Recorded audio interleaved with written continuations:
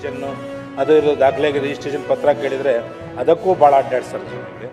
ಭಾಳ ಸಮಸ್ಯೆ ಈ ತಾಲೂಕು ಕಚೇರಿಗಳಲ್ಲಿ ಇದೆ. ನೋಡಿ ಇದು ಏನು ಪರಿಹಾರ ಅಂತ ನಮ್ಮ ಮಂತ್ರಿಯವರು ಹೇಳಿ ಆಮೇಲೆ ಮಾತಾಡ್ತೀನಿ. ಸರಿ ಸಚಿವರು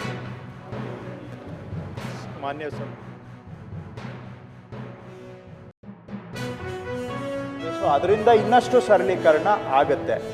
ಸೊ ಮುಂದಕ್ಕೆ ಆ ಯೋಜನೆಗಳನ್ನು ಹಾಕ್ಕೊಂಡಿದ್ದೇವೆ. ಈಗ ಜನ ನಮ್ಮ ಕಚೇರಿಗೆ ಬಂದರೆ ಇವೆಲ್ಲ ಸಮಸ್ಯೆಗಳು ಅವರು ಬಾರದ ಹಾಗೆ ಮನೆಯಲ್ಲೇ ಕೂತ್ಕೊಂಡು ಈ ಸೇವೆ ಸಿಗಬೇಕು ಅಂತ ಏನಾದರೂ ಈ ಜಾತಿ ಪ್ರಮಾಣ ಪತ್ರ, ಆದಾಯ ಪ್ರಮಾಣ ಪತ್ರ ಬೇಕು ಅಂದರೆ ಅವರು ಮನೆಯಿಂದನೇ ಅರ್ಜಿ ಸಲ್ಲಿಸೋದಕ್ಕೂ ಅವಕಾಶ ಮಾಡಿಕೊಟ್ಟಿದ್ದೇವೆ.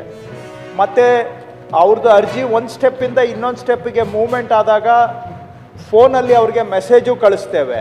ಮತ್ತು ಸರ್ಟಿಫಿಕೇಟ್ ರೆಡಿ ಆದಾಗ ಆ ಸರ್ಟಿಫಿಕೇಟನ್ನು ಮೊಬೈಲಲ್ಲೇ ಅವ್ರಿಗೆ ಕಳಿಸುವಂಥದ್ದನ್ನು ಆರಂಭ ಮಾಡಿದ್ದೇವೆ. ಸೊ ಅವರು ಮನೆಯಲ್ಲೇ ಕೂತ್ಕೊಂಡು ಪ್ರಿಂಟೌಟು ಕೂಡ ತಗೊಳ್ಬೋದು. ಸೊ ಈ ಥರ ಸುಧಾರಣೆ ಹಂತ ಹಂತವಾಗಿ ಮಾಡ್ತಾ ಇದ್ದೇವೆ. ಮಾಡಿ ಜೊತೆಗೆ ಅವರು ಟೈಮ್ಗೆ ಸಿಗ್ತಾ ಇಲ್ಲ ಅಂತ ಹೇಳ್ತಾರೆ. ಹೋದ ವರ್ಷ ರಾಜ್ಯದಲ್ಲಿ ಸುಮಾರು 1,05,181 ಅರ್ಜಿಗಳು ನಮ್ಮ ಈ ನಾಡ ಕಚೇರಿಗೆ ಬಂದಿದ್ವು. 1,05,181 ಅರ್ಜಿಗಳು. ಅದರ ಪೈಕಿ 98,91,530 ಅರ್ಜಿಗಳನ್ನು ಕಾಲಮಿತಿ ಸಕಾಲಮಿತಿಯ ಒಳಗಡೆ ನಾವು ಅವರಿಗೆ ಸೇವೆಗಳನ್ನು ಒದಗಿಸ್ಕೊಟ್ಟಿದ್ದೇವೆ.